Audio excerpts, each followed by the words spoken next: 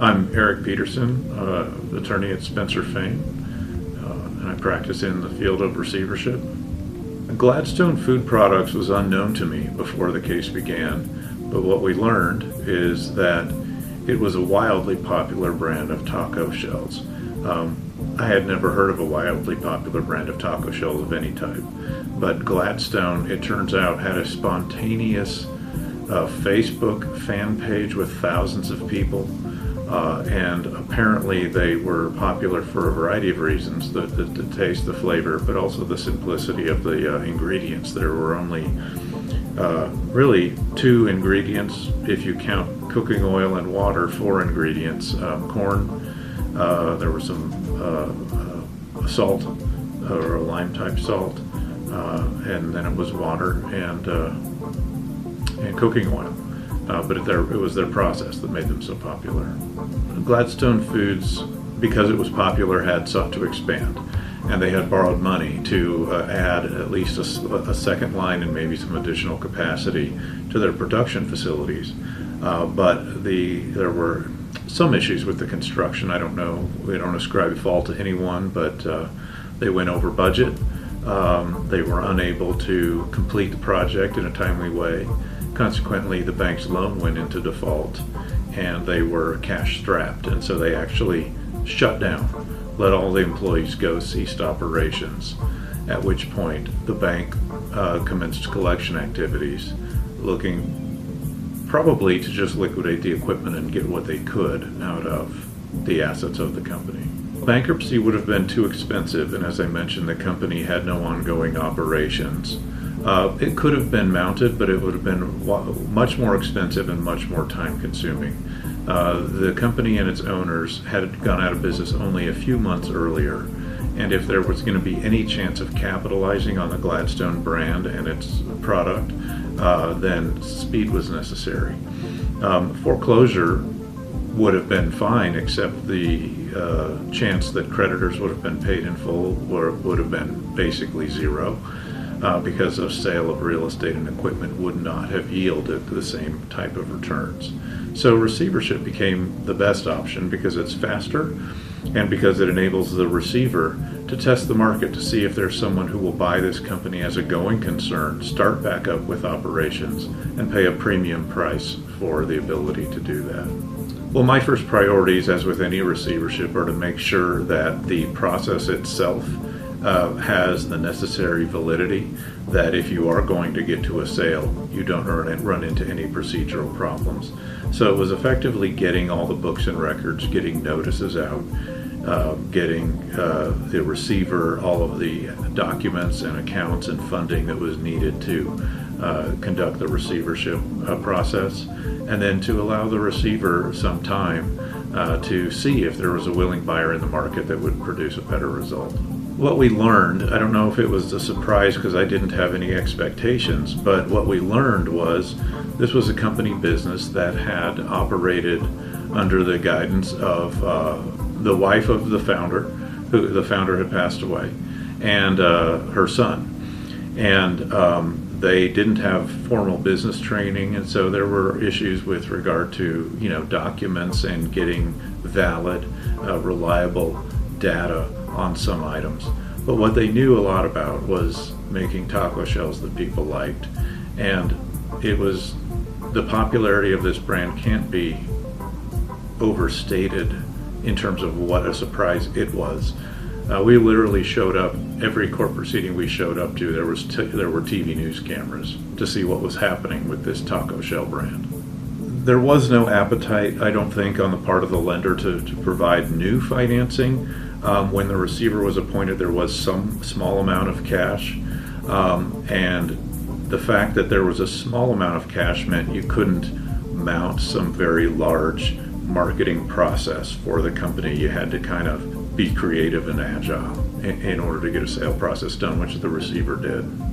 It never operated. It was closed before the receiver got there, and it remained closed throughout the receivership.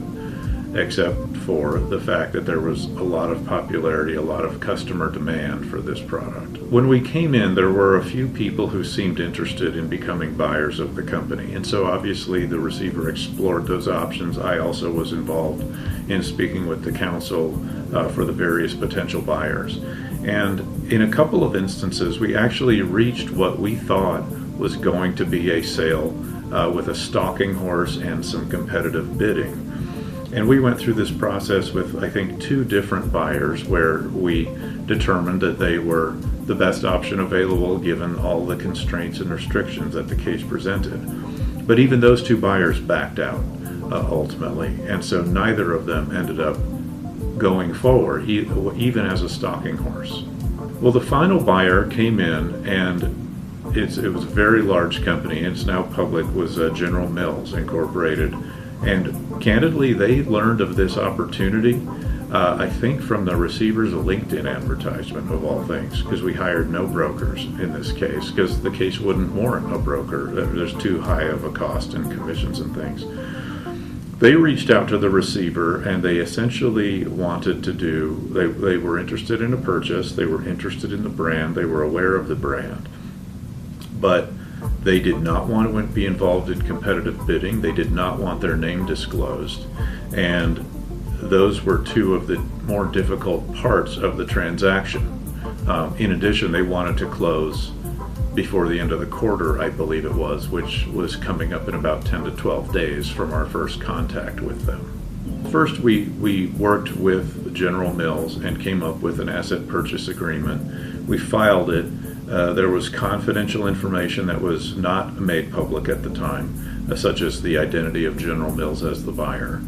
We were also asking for a sale to occur with 0 bidding and 0 participation from any other potential buyer.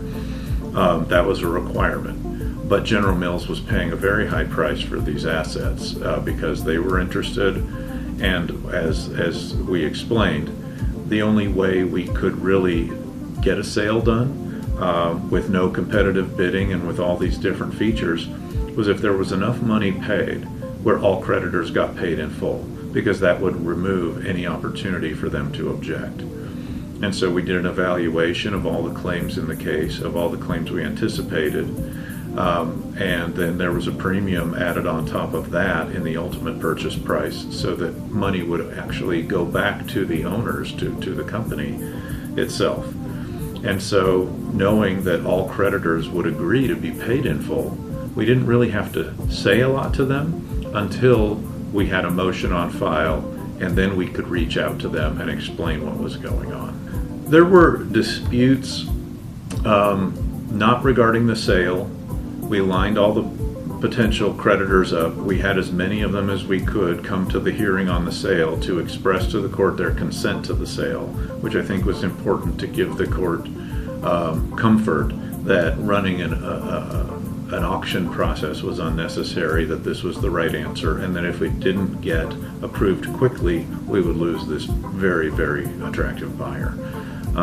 In terms of disputes, there were issues that came up because prior to the receivership there had been disputes with vendors, and so the amount of the vendor claims was had to be worked on.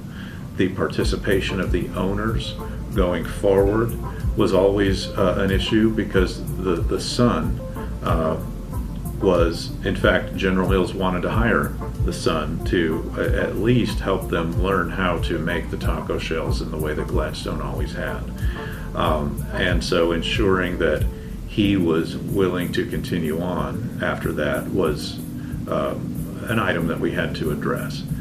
There weren't a lot of disputes. In fact, in this case, I think we only had 2 hearings. One was when the receiver was appointed, and one was when the receiver got the sale approved and got discharged. It might have been 3 hearings, but it was, once we had the sale in place, it was so efficient that everyone was just very happy, because it's very, very rare that you see unsecured creditors, trade vendors get paid in full in a receivership case, much less have money go back to the owners after all creditors have been satisfied.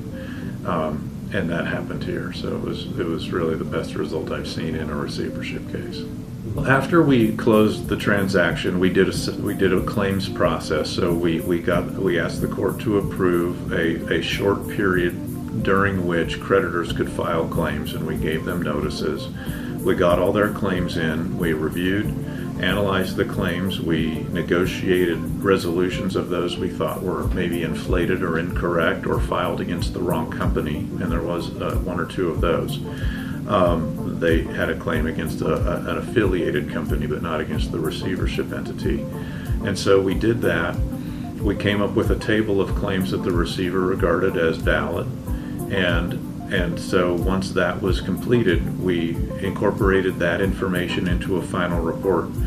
We asked the judge for permission to pay all those claims and for the receiver to pay off all the administrative expenses and to return the excess money to the debtor and to be discharged. And we did that all in one discharge process.